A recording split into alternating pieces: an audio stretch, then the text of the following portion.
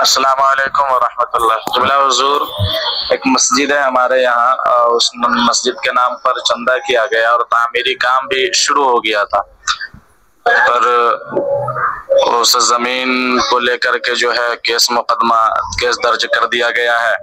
تو اب لوگ اس میں کوشش میں لگے ہوئے ہیں، پر کیس FIR ہونے کی وجہ سے اس مسجد میں کوئی کام نہیں ہو پا رہا، تقریباً 2 سال سے رکا ہوا اور امید بھی کم ہے۔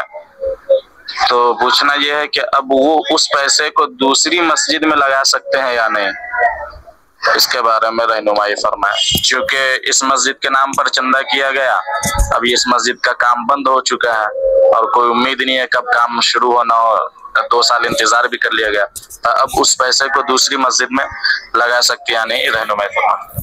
جی وعلیکم السلام ورحمۃ اللہ وبرکاتہ۔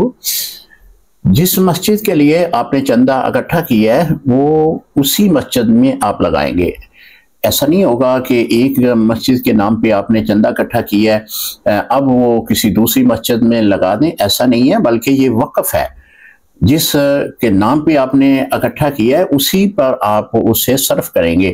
اگر جس طرح کہ آپ بتا رہے ہیں کہ وہ کیس عدالتوں میں چل رہا ہے، 2 سال ہو گئے انتظار کرتے ہوئے، کوئی بات نہیں ہے، آپ انتظار کریں، حتمی نتائج کی طرف آئیں۔ اگر وہ جگہ مسجد کو مل جاتی ہے تو آپ کے پاس جو چندہ ہے وہ اسی مسجد میں لگائیں گے۔ اگر وہ جگہ آپ کو نہیں ملتی تو پھر اس صورت میں جو ہے آپ اس کو منتقل کر سکتے ہیں، کیونکہ اب وہ مسجد کے نام پہ وہ جگہ نہیں رہی، تو اس بنا پہ آپ کسی دوسری مسجد کے لیے اسے وقف کر دیں۔ لیکن جب آپ نے چندہ لوگوں سے اکٹھا کیا تھا تو یہ بتایا ہوگا آپ نے کہ یہ اس مسجد کے لیے جو ہے ہم لے رہے ہیں، اس کی تعمیر کا کام شروع کرنے والے ہیں، تو دینے والے کی نیت بھی یہی تھی کہ آپ اسی مسجد کو تعمیر کریں گے۔